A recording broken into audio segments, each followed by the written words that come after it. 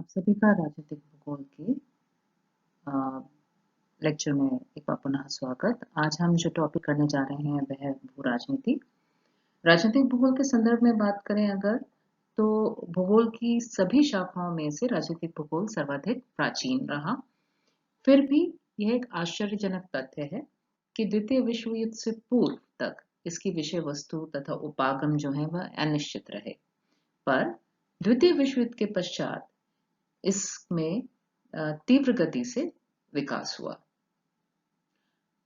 प्रारंभिक काल से आज तक राजनीतिक भूगोल के विकास क्रम में विभिन्न दृष्टिकोण अपनाए गए एवं राजनीतिक भूगोल के संपूर्ण विकास को 5 कालों में विभक्त किया गया, जिसमें से प्रथम रहा शास्त्रीय काल, जिसका प्रारंभ से चौथी शताब्दी तक रहा। दूसरा रहा 18वीं तथा 19वीं शताब्दी का काल। तीसरा रहा 20वीं शताब्दी प्रथम विश्व युद्ध तक का काल। और चौथा रहा 20वीं शताब्दी दो विश्व युद्धों के मध्य का काल, जो दो विश्व युद्ध लड़े गए 20वीं शताब्दी में, उनके बीच का काल। और पांचवा रहा 20वीं शताब्दी द्वितीय विश्व युद्ध के पश्चात का काल। अब हम आ जाते हैं राजनीतिक भूगोल में भू राजनीति टॉपिक के ऊपर। अगर हम भू राजनीति की बात करते हैं तो अंतर्राष्ट्रीय राजनीति तथा अंतर्राष्ट्रीय संबंधों पर भूगोल के प्रभावों का अध्ययन है, उसे हम भू राजनीति कहते हैं। या इसको अगर हम दूसरे शब्दों में देखें तो भू राजनीति विदेश नीति के अध्ययन की वह विधि है जो भौगोलिक चरों के माध्यम से अंतर्राष्ट्रीय राजनीतिक गतिविधियों को समझने में, उनकी व्याख्या करने में और उनका अनुमान लगाने का कार्य करती है। भौगोलिक चर के अंतर्गत उस क्षेत्र का क्षेत्रफल आता है, जलवायु आती है, टोपोग्राफी आती है, जनसांख्यिकी, प्राकृतिक संसाधन और अनुप्रयुक्त विज्ञान आदि आते हैं। हम इस स्लाइड के द्वारा अब इस लेक्चर में जो जो पॉइंट्स कवर करेंगे वो आपको यहाँ बताया गया है। सबसे पहले हम भू राजनीति के अर्थ को आपको समझाएंगे, उसके उपरांत उसके इतिहास को, और अंततः हम विश्लेषण करेंगे कि जो हमने पढ़ा है उससे क्या निष्कर्ष, क्या विश्लेषण निकलकर आता है। भू राजनीति को अगर हम देखें तो भू राजनीति दो शब्दों से बना है, भू और राजनीति। भू से तात्पर्य है भौगोलिक कारक, और भौगोलिक कारक के अंतर्गत क्या क्या आते हैं? स्थान, जलवायु, प्राकृतिक संसाधन, जनसंख्या और भौतिक क्षेत्र।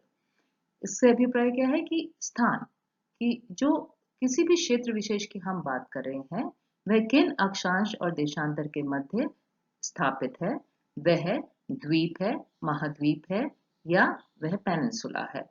तो ये हमें इस स्थान विशेष जो है, जो भौगोलिक कारक के तहत हम बात करते हैं, और वही जो है आपके अक्षांश और देशांतर जो है, किसी भी क्षेत्र विशेष की स्थिति है, वो उस क्षेत्र की जलवायु को निर्धारित करती है और वह उस क्षेत्र विशेष का उद्भव किन आधारों पर हुआ है, कैसे हुआ है, उसके पीछे क्या कारण उत्तरदायी रहे, वहां के प्राकृतिक संसाधन जो हैं वो उस पर निर्भर करते हैं। और स्थान विशेष अर्थात उस क्षेत्र विशेष की स्थिति, जलवायु, प्राकृतिक संसाधन, ये तीनों ही चीजें वहां पर जनसंख्या का जो नेचर है, प्रकृति है, उसको निर्धारित करते हैं। तो ये हुआ भू का अर्थ जिसका, और यही चीज अगर हम आगे देखें तो भूगोल किसी देश के सामाजिक, राजनीतिक या आर्थिक विकास में सहायता या बाधा उत्पन्न कर सकता है। अब ये जो क्षेत्र है, स्थान ले लीजिए या जलवायु ले लीजिए या प्राकृतिक संसाधन ले लीजिए, वो उस क्षेत्र विशेष की जनसंख्या से संबंधित जो विशेष सामाजिक गतिविधियां हैं या उसके जो आर्थिक विकास हैं, उनमें वो सहायक भी सिद्ध हो सकती है और वह उसमें बाधा भी उत्पन्न कर सकती है। इसका एक छोटा सा उदाहरण अगर मैं आपको दूंगी, हमारे ही देश से संबंधित अगर हम लें कि हिमालय जो है वो उत्तर पूर्व में एक नेचुरल हमारे बाउंड्री बनाते हैं, और उससे जो तिब्बत जो है वहां से आने वाली ठंडी हवाओं को वो रोकते हैं। और एक वह नेचुरल जो है प्रोटेक्टिव बाउंड्री जो है वो स्थापित करते हैं। तो ये एक हुआ ज्योग्राफिकल फैक्टर जो कि किसी भी देश विशेष की जो राजनीति है या उसके आर्थिक विकास में सहायता इस तरह से करता है। दूसरा जो इसमें बिंदु आया वह है राजनीति। अब राजनीति के संदर्भ में अगर हम बात करें तो क्या है, इसको जनरल टर्म में अगर हम लें तो किसी के हित को बढ़ावा देने के लिए संघर्ष करना। ठीक है, हमने अगर इसको भी संधि विच्छेद करके देखें तो राज करने की नीति को हम राजनीति कहते हैं। तो और उसमें क्या है, वो किसी का हित को बढ़ावा देने के लिए संघर्ष करना उसमें विद्यमान होता है। अब जब हम जियोपॉलिटिक्स की बात करते हैं,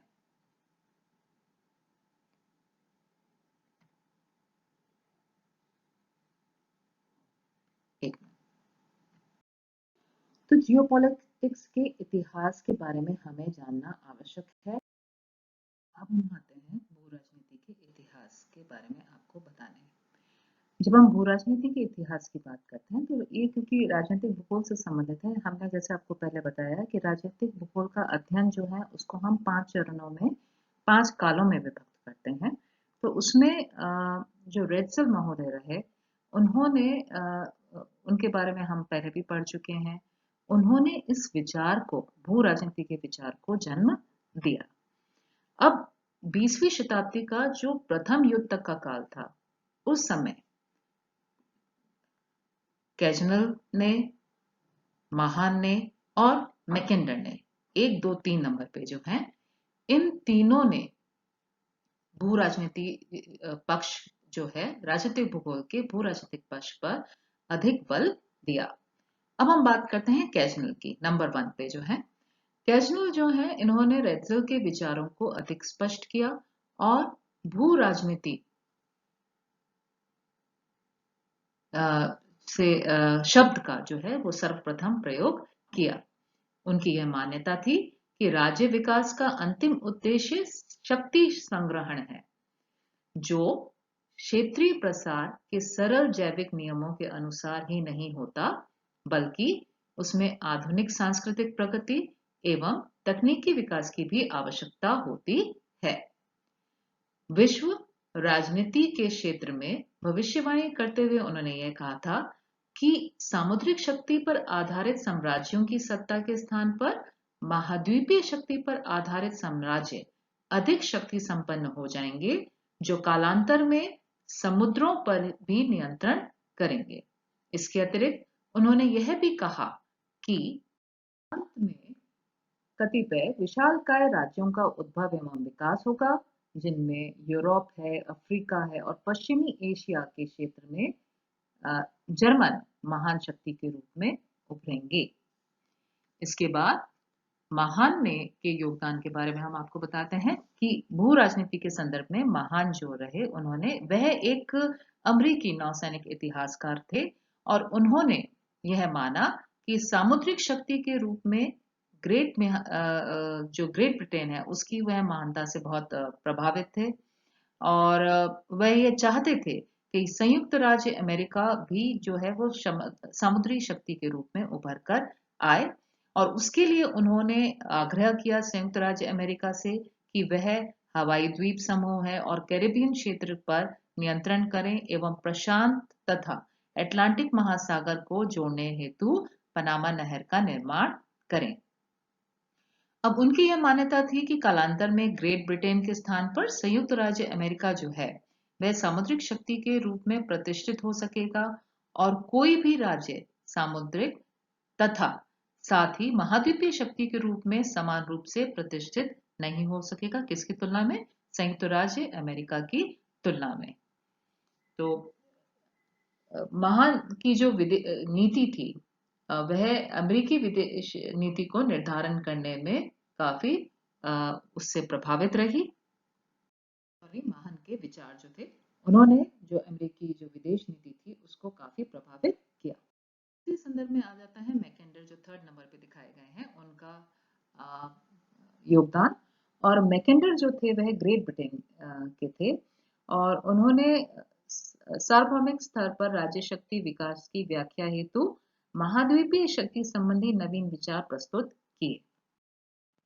उनकी प्रथम विश्व युद्ध के पश्चात 1919 में एक पुस्तक निकली थी जिसका नाम था डेमोक्रेटिक आइडियल्स एंड रियलिटी, और दूसरा एक पत्रिका में उनका एक लेख प्रकाशित हुआ था 1943 में, फॉरेन अफेयर्स करके पत्रिका थी जिसमें उनका लेख का नाम था the round world and the winning of the peace. अब इन्होंने इन दोनों के माध्यम से जो है हृदय स्थल संबंधी अपने विचार प्रस्तुत किए। मैकेंडर की अवधारणा के अनुसार जो था, मानव इतिहास स्थल और जल शक्ति के मध्य संघर्ष का इतिहास, मानव इतिहास जो है, स्थल जो है और जल शक्ति के मध्य संघर्ष का इतिहास है।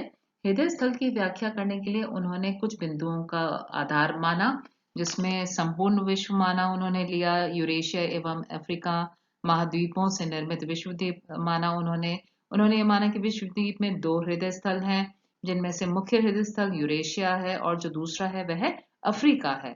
और फिर उन्होंने माना अर्धमंडलाकार अंतः सीमांत क्षेत्र, और साथ ही उन्होंने माना अर्धमंडलाकार बाह्य सीमांत क्षेत्र जिसमें अधिकतर जो है समुद्रीय क्षेत्र शामिल रहे।